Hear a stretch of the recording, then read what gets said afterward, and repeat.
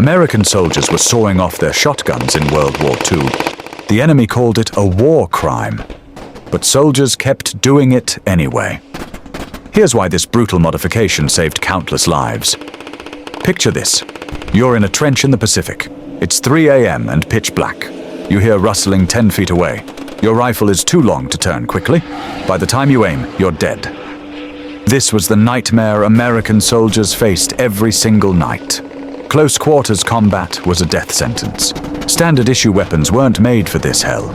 So soldiers started breaking the rules. They grabbed hacksaws from supply units, and they modified their weapons illegally. The weapon of choice was the Winchester model 1897. Soldiers called it the trench gun. But even that wasn't short enough. They'd saw the barrel down from 20 inches to 12, sometimes even shorter. The stock got chopped too. What was once a 40-inch weapon became 26 inches. Light enough to swing in a bunker, fast enough to save your life. This wasn't approved by command. Field manuals strictly forbade it. But survival beats regulations every time. Officers looked the other way. They knew the truth. In the jungle, you adapt or you die. Here's where the physics gets brutal. A normal shotgun fires in a tight pattern. But when you cut that barrel down, everything changes.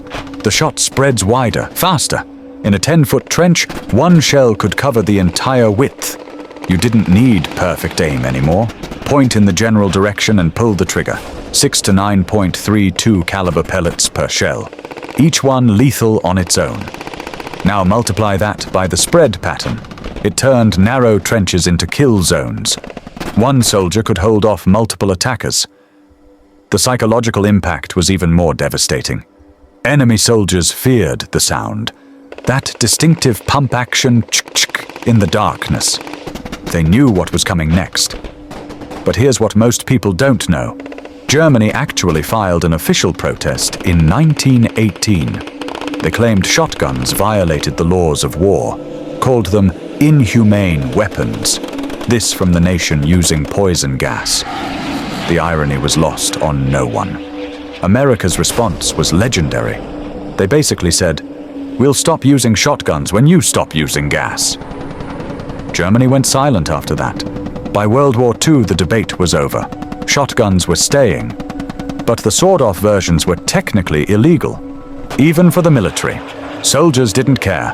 Command pretended not to notice, because it was working. Let me paint you a real scenario. Guadalcanal, 1942. Japanese bunkers dotted the jungle. These weren't simple foxholes. We're talking reinforced positions with multiple rooms, concrete walls, narrow corridors. Your standard M1 Garand couldn't navigate it. Too long, too slow to aim. Soldiers with sawed-off shotguns went in first. They called them point men. Highest casualty rate in the war, but also the most effective. One Marine reported clearing an entire bunker. 3 rooms, 7 enemy soldiers, 4 shotgun shells. He walked out without a scratch. That's the power of spread at close range. In the Philippines, the story repeated. Urban combat in Manila was house to house, room to room, window to window. Soldiers with modified shotguns had a 70% higher survival rate. That's not official data. It's what the veterans reported afterward. The numbers speak for themselves. But this modification came with serious risks. Cutting the barrel changed the weapon's balance. Recoil increased dramatically. Soldiers would get bruised shoulders and broken wrists. Some even broke fingers from the kick. The spread also meant friendly fire risks went up.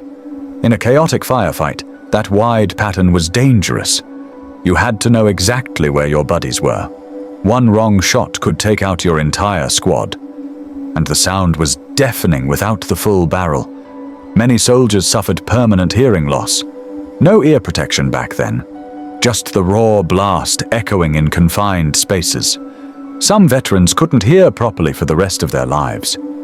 But they'd make the same choice again. Here's what made this weapon truly special.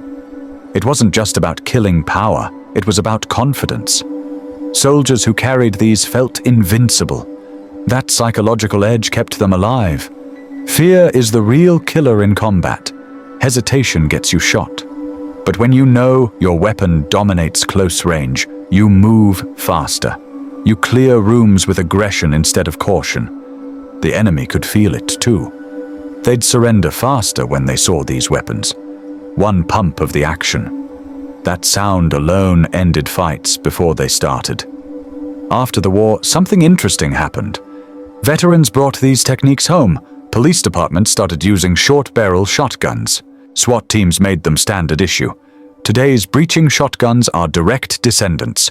Same principle, same modifications, just legal now. The military finally caught up in the 1960s. They started issuing officially shortened combat shotguns.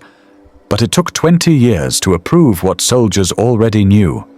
Those illegal field modifications saved thousands of lives and changed close-quarters combat forever. Let's be clear about something. These weapons were brutal. The wounds they caused were devastating. We're not glorifying that. But soldiers didn't have a choice. It was modification or death. Many of them carried guilt for what they did, even though they were just trying to survive. War forces impossible decisions. This was one of them. The soldiers who made these weapons weren't psychopaths. They were teenagers, scared kids trying to see home again. They took matters into their own hands, literally sawed their way to survival. So why does this matter today? Because it shows what humans do under pressure.